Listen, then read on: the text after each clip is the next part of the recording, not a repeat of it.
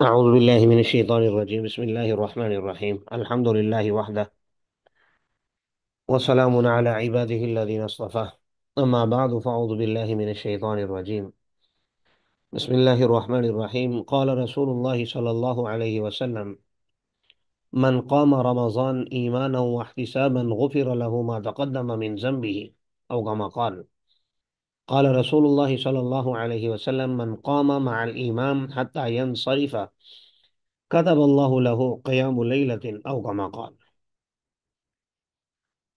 یقیناً میرے اور آپ کے لیے یہ بڑی اعزاز اور شرف کی بات ہے کہ اللہ تعالیٰ نے ہمیں آج کی اس زوم کی میٹنگ میں دین سیکھنے اور سکھانے کے حوالے سے جمع فرمایا ہے۔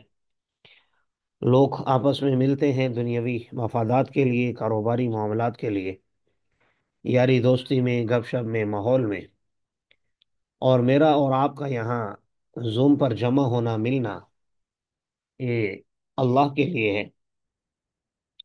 اور یقیناً ہم اس حدیث کے مصداق میں شامل ہوں گے جس میں آپ صلی اللہ علیہ وسلم نے ارشاد فرمایا کہ قیامت کے دن 7 قسم کے لوگ ایسے ہیں جو اللہ کے عرش کے سائے تلے ہوں گے۔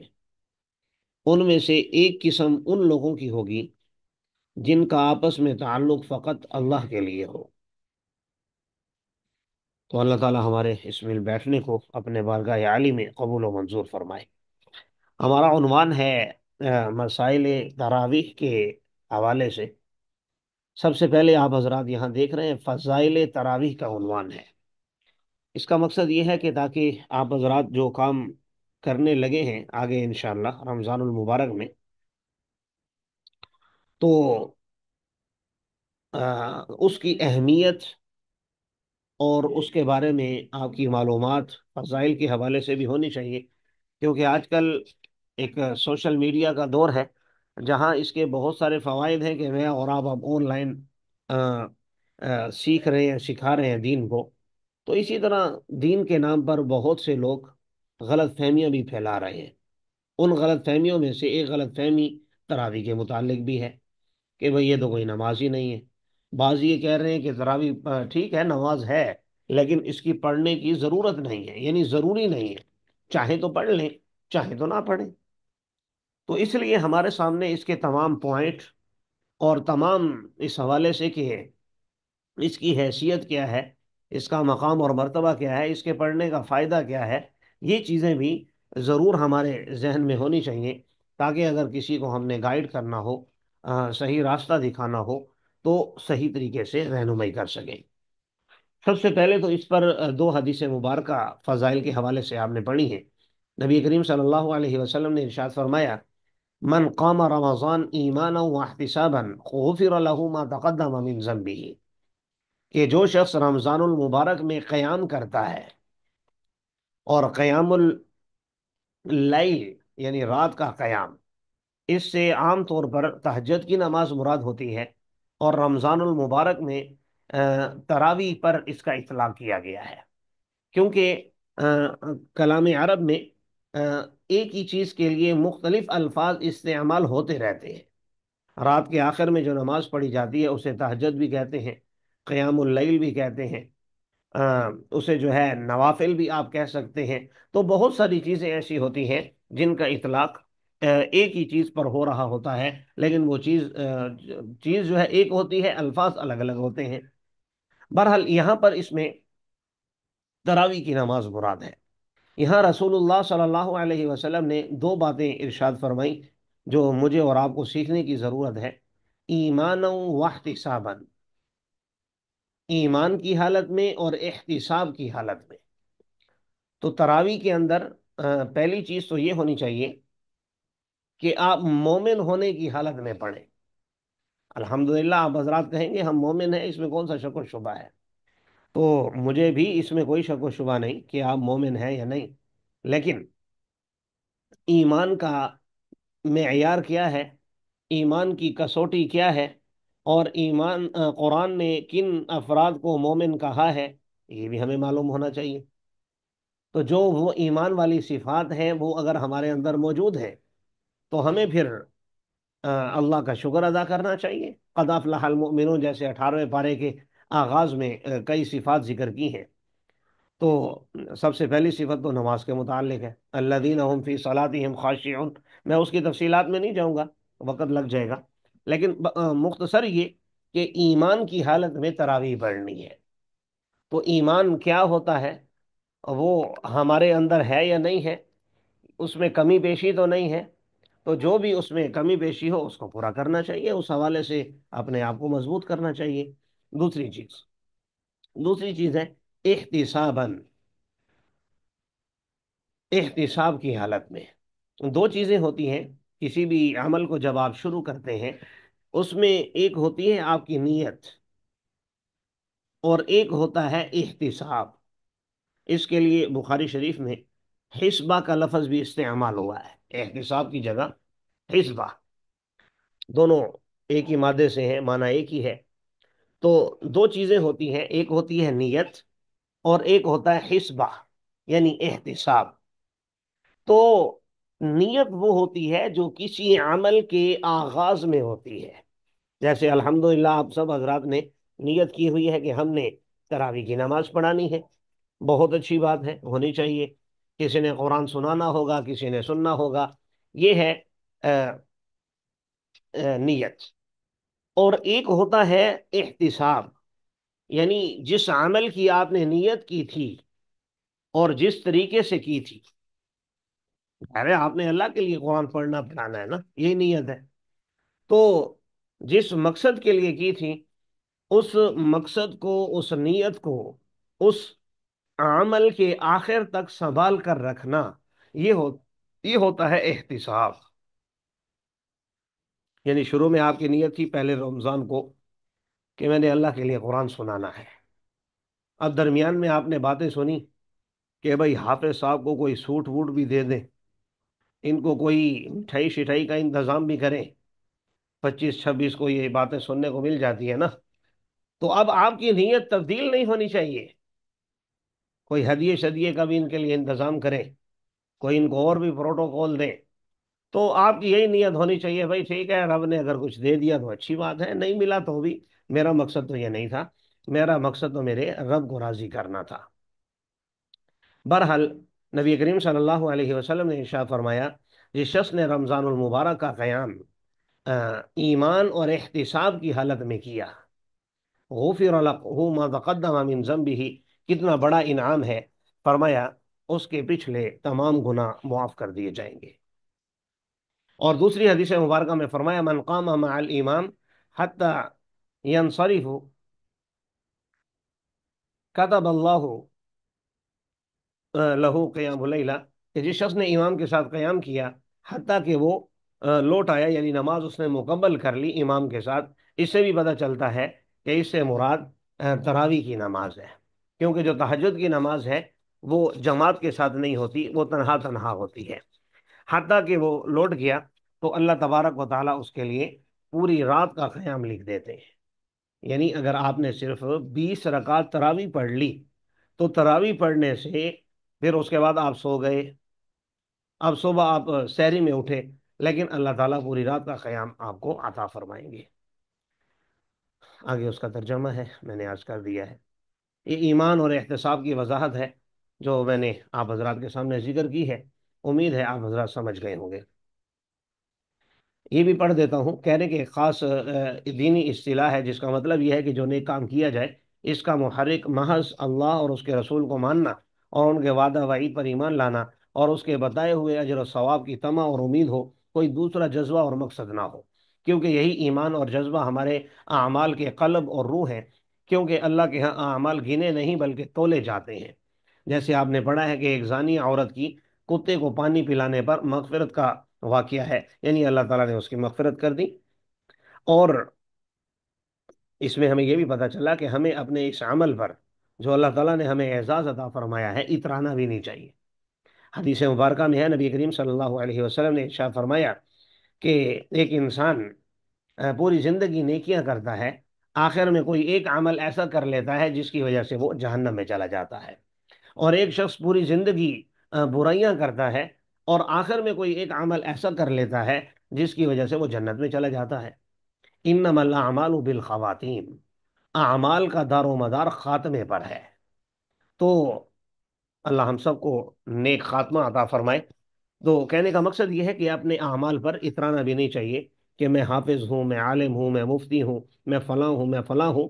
بھائی آپ کچھ بھی نہیں ہے، جو کچھ آپ کو عطا کیا ہے وہ اللہ تعالیٰ نے عطا کیا ہے۔ اسی طرح ایک اور واقعے کی طرف اشارہ کر رہے ہیں، ابھی وقت مختصر ہے نہیں تو میں واقعے کی طرف جاتا۔ غار میں پھنس جانے والے تین آدمیوں کا واقعہ، ان پر غار بند ہو گئی تھی اور یہ اس میں پھنس گئے تھے۔ پھر تینوں نے اپنے اپنے اعمال کا واسطہ دیا۔ کون سا عمل؟ جو انہوں نے فقط اللہ کے لیے کیا تھا۔ موقع ملا تو انشاءاللہ سنا بھی دوں گا کسی دن۔ تو فقط انہوں نے اللہ کے لیے کیا تھا، اس عمل کا واسطہ دیا، تو اللہ تبارک و تعالیٰ نے وہ چٹان ان کے راستے سے ہٹا دی اور وہ بخیر و عافیت اس غار سے باہر آ گئے۔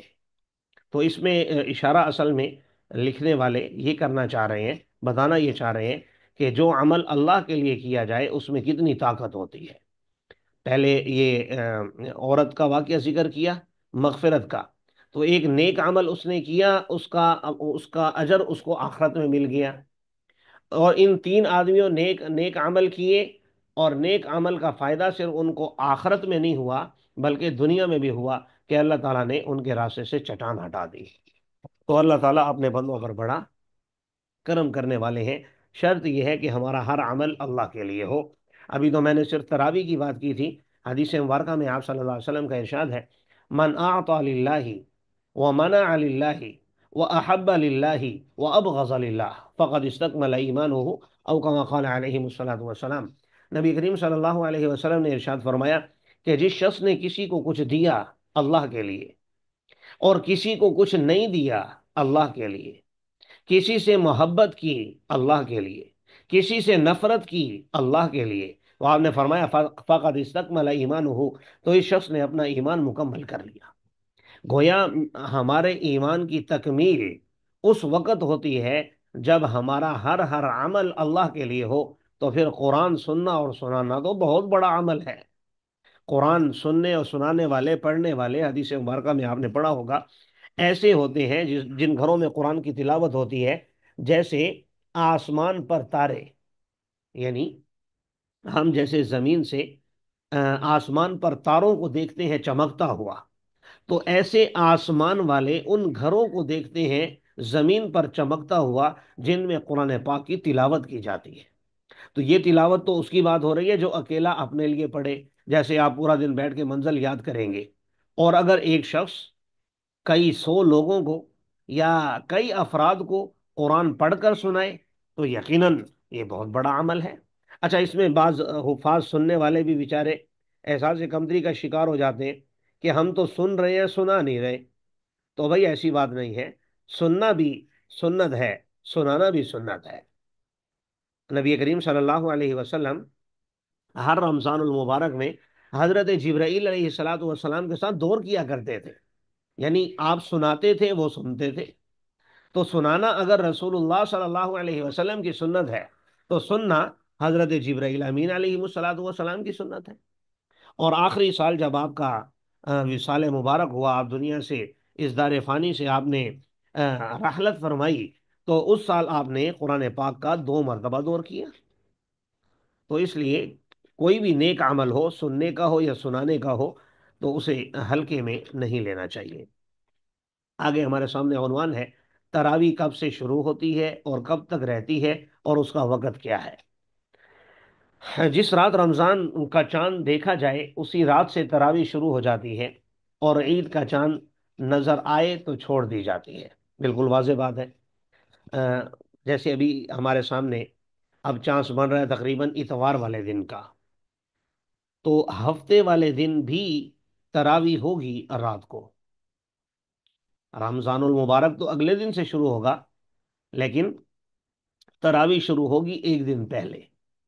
اور اگر ہفتے کو چاند نظر آ جاتا ہے، اس مہینے پر ہے 28 یا 29 کا ہے یا 30 کا ہے، تو شعبان پر ہے، جی شعبان پر ہے کہ وہ کتنا ہوگا۔ تو اگر وہ 29 کا ہے تو پھر ممکن ہے کہ پہلے ہو جائے، بہرحال جب بھی ہوگی، اگر ہفتے والے دن رمضان شروع ہو رہا ہے تو جمعے والے دن تراویح ہوگی، اگر اتوار والے دن شروع ہو رہا ہے تو ہفتے والے دن رات کو تراویح شروع ہو جائے گی، کیونکہ اسلامی مہینوں میں جو رات ہوتی ہے وہ اگلے دن کی رات پچھلے دن مغرب کے بعد شروع ہو جاتی ہے، سورج غروب ہوا، رات شروع ہو گئی، اب یہ جو رات ہے یہ اگلے دن کی ہے، تو اس لیے اور تاریخ بھی سورج غروب ہونے سے بدل جاتی ہے اسلامی۔ قصہ مختصر یہ، امید ہے آپ حضرات یہ بات سمجھ گئے ہوں گے، کسی کو سمجھ میں نہ آئے تو بیچ میں سوال بھی کر سکتے ہیں، کوئی مسئلہ نہیں ہے۔ تو عید کا چاند نظر آئے تو چھوڑ دی جائے گی، یعنی اس دن روزہ تو ہوگا عید سے پہلے والے دن، لیکن رات کو تراویح نہیں ہوگی، کیوں؟ کیونکہ آپ نے رمضان سے ایک دن پہلے شروع کر لی تھی۔ رمضان کا پورا مہینہ تراویح پڑھنا سنت مؤکدہ ہے، اگرچہ قرآن پاک کی تکمیل پورا ہونے سے پہلے ہو جائے، مہینہ پورا ہونے سے پہلے اگر قرآن پاک مکمل ہو جاتا ہے۔ اس میں بھی آج کل ہمارے بعض حفاظ کوتاہی کرتے ہیں، اور ان کی وجہ سے عام لوگ بھی کوتاہی کرتے ہیں، وہ یہ کہ گھروں میں یا کہیں بھی پڑھنے کا دفتروں میں اور بازاروں میں انتظام کر لیا جاتا ہے، حفاظ کو بلا لیا جاتا ہے، اور وہاں پر پھر قرآن پاک جو ہے 10 دنوں میں، 15 دنوں میں، حد 20 21 دنوں میں ختم کر لیتے ہیں، اور کہتے ہیں ہماری تکمیل ہو گئی۔ جب قرآن مکمل ہو گیا تو اب مزید تراویح پڑھنے کی ضرورت نہیں۔ تو بھائی دو چیزیں الگ الگ ہیں، جیسے مسواک کے متعلق آپ نے پڑھا ہے سنت ہے، بعض لوگ پوچھتے ہیں کہ بھائی اگر ہم برش کر لیں، ٹوتھ پیسٹ وغیرہ استعمال کر لیں تو اس سے سنت ادا ہو جائے گی؟ تو میں یہ کہا کرتا ہوں بھائی دو سنتیں الگ الگ ہیں، دانت صاف کرنا الگ سنت ہے، اور دانت صاف کرنے کے لیے لکڑی کا استعمال یعنی مسواک کا یہ الگ سنت ہے۔ تو آپ نے جب دانت صاف کیے ٹوتھ پیسٹ وغیرہ سے، تو دانت صاف کرنے کی سنت تو پوری ہو گئی، لیکن وہ جو لکڑی والی سنت ہے وہ آپ کی پوری نہیں ہوئی۔ اسی طرح یہاں پر قرآن سننا تراوی میں یہ ایک الگ سنت ہے، جیسے میں نے بتایا کہ آپ صلی اللہ علیہ وسلم جبرائیل امین علیہ الصلوۃ والسلام سے دور کیا کرتے تھے، یہ الگ سنت ہے، اور تراوی پڑھنا یہ الگ سنت ہے۔ تو اس لیے یہاں لکھا ہوا بھی ہے، یہ جہاں میرا ایرو ہے، بعض لوگوں کا خیال ہے کہ جلدی سے قرآن مکمل سن کر چھٹی کر لی جائے، یہ بات غلط ہے۔ یاد رکھیے دو سنتیں الگ الگ ہیں، کلام اللہ کا تراوی میں سنانا اور پورے رمضان میں تراوی پڑھنا۔ تراوی کا وقت عشاء کی نماز کے بعد شروع ہوتا ہے اور صبح صادق تک رہتا ہے، یعنی عشاء کی نماز آپ نے پڑھی ہوگی، عشاء کی نماز سے پہلے آپ نہیں پڑھ سکتے، جس نے فرض نہیں پڑھے ہوئے وہ تراوی نہیں پڑھ سکتا، آگے مسائل کے حوالے سے بات آ جائے گی پھر۔ تراویح کا جو لفظ ہے اس کی تھوڑی سی میننگ آپ کو بتا رہے ہیں کہ تراویح ہے کیا۔ تراویح ترویح کی جمع ہے، اس کا معنی ہے راحت حاصل کرنا، آرام کرنا، کیونکہ مسلمان کو نماز پڑھنے سے سکون ملتا ہے۔ رسول اللہ صلی اللہ علیہ وسلم نے بھی ارشاد فرمایا کہ میری آنکھوں کی ٹھنڈک نماز میں ہے، قرۃ عینی فی الصلاۃ، اور ایک موقع پر فرمایا ارحنا بالصلاۃ یا بلال، اے بلال نماز کے ذریعے سے ہمیں راحت دو۔ تو اس وجہ سے اسے تراویح کہا جاتا ہے، ترویحہ کی یہ جمع ہے۔ باقی اس حوالے سے آگے بھی بات آ رہی ہے، یہاں بھی تھوڑی سی عرض کر دیتا ہوں کہ ترویحہ آرام کب کرتے ہیں؟ 4 رکعت کے بعد، 4 رکعت کے بعد تھوڑا سا بیٹھ جاتا ہے نا امام صاحب، یا آپ تراویح پڑھائیں گے تو 4 رکعت پڑھ کے تھوڑا سا بیٹھ جائیں گے، اس میں آپ کیا پڑھیں گے آگے بات آ رہی ہے اس حوالے سے، آپ تسبیح پڑھیں، خاموش رہیں، اللہ کا ذکر کریں۔ جو اہل مکہ تھے وہ اس میں بیت اللہ کا طواف کیا کرتے تھے 4 رکعت کے بعد، اور جو اہل مدینہ تھے وہ 4 رکعت امام کے ساتھ پڑھ کے 4 رکعت اپنی پڑھا کرتے تھے، پھر 4 رکعت امام کے ساتھ، پھر 4 رکعت اپنی، پھر 4 رکعت امام کے ساتھ، اس طرح ان کی تو 36 ہے تراویح۔ اہل مدینہ، امام مالک رحمۃ اللہ علیہ کے جو مقلدین تھے، ماننے والے، ان کو فالو کرنے والے، وہ 36 تراویحاں پڑھتے تھے، کیونکہ یہ مہینہ تو اللہ تبارک و تعالیٰ کی رحمت و برکت کو سمیٹنے کا مہینہ ہے، سیزن ہے یہ، ویسے تو پورا سال ہی سیزن ہوتا ہے، لیکن یہ خاص کر رمضان کا مہینہ جیسے دنیا کے کاروباروں کا سیزن ہوتا ہے، درزی کا، اور کاروباری اعتبار سے، یا مشروبات کا، یا کسی بھی چیز کا، کپڑے کا، موبائلوں کا، تو اسی طرح یہ نیکیوں کا سیزن ہے رمضان المبارک کا مہینہ۔ تو اس میں وہ حضرات اہل مدینہ وہ کرتے تھے کہ 4 رکعتیں پڑھتے تھے، کیونکہ ان کے پاس بیت اللہ نہیں تھا کہ طواف کرتے۔ اور یہ لوگ اہل مکہ جو ہے وہ 4 رکعت پڑھنے کے بعد اس کا طواف کیا کرتے تھے بیت اللہ کا۔ اس سے ہمیں یہ پتہ چلا کہ اگر 4 رکعتوں کے بعد آپ تھوڑی دیر آرام کرتے ہیں، بھلے زیادہ دیر ہو، اس میں کوئی مذائقہ نہیں ہے، لیکن مشورے سے ہو جائے وہ زیادہ اچھی بات ہے۔ ایسا نہ ہو کہ آپ نے یہاں یہ سن لیا کہ وہ طواف کرتے تھے تو آپ کہیں کہ میں نے اب آدھے گھنٹے بعد تراویح پڑھانی ہے، تو ظاہر ہے جھگڑے کا ماحول بنے گا۔ ایسے تو نہیں ہے، مشاورت سے ہوگا۔ جو وہاں کے لوگ کہیں گے کہ 2 منٹ انتظار کیا جائے، 5 منٹ کیا جائے، 10 منٹ کیا جائے، عام طور پر آپ حضرات دیکھتے ہیں 1 سے 1.5 منٹ، 2 منٹ انتظار کیا جاتا ہے۔ تو اس 4 رکعت کو ترویحہ کہا جاتا ہے، کیونکہ 4 رکعت کے بعد آپ آرام کرتے ہیں۔ تو اس سے بھی پتہ چلتا ہے کہ تراویح یہ جمع ہے، اس کا اطلاق کم از کم 3 پر ہوتا ہے، 3 ترویح، اور 3 ترویح کتنے بنتے ہیں؟ 12 رکعتیں۔ تو معلوم ہوا کہ تراویح کی رکعت 12 سے تو زیادہ ہی ہے، یعنی ہمارے ہاں تو 20 ہے، لیکن آگے بات آ جائے گی کہ 20 ہے۔ تو اس سے بھی پتہ چلتا ہے اس کے نام سے کہ تراویح کی رکعت بہرحال 8 نہیں ہے، 8 جو ہے وہ تہجد کی ہے۔ آگے سوالات شروع ہو رہے ہیں کہ تراویح کی ہر 4 رکعت کے بعد تسبیح تراویح پڑھنا کیسا ہے، اس کا کوئی ثبوت ہے؟ تو فقہ حنفی کا اصل مسئلہ تو یہ ہے کہ 2 تراویحوں کے درمیان نمازی کو اختیار ہے، چاہے تو تسبیح پڑھے، چاہے تو حمد و ثنا پڑھے، چاہے تو سکوت اختیار کرے اور اگلی رکعت کا انتظار کرے۔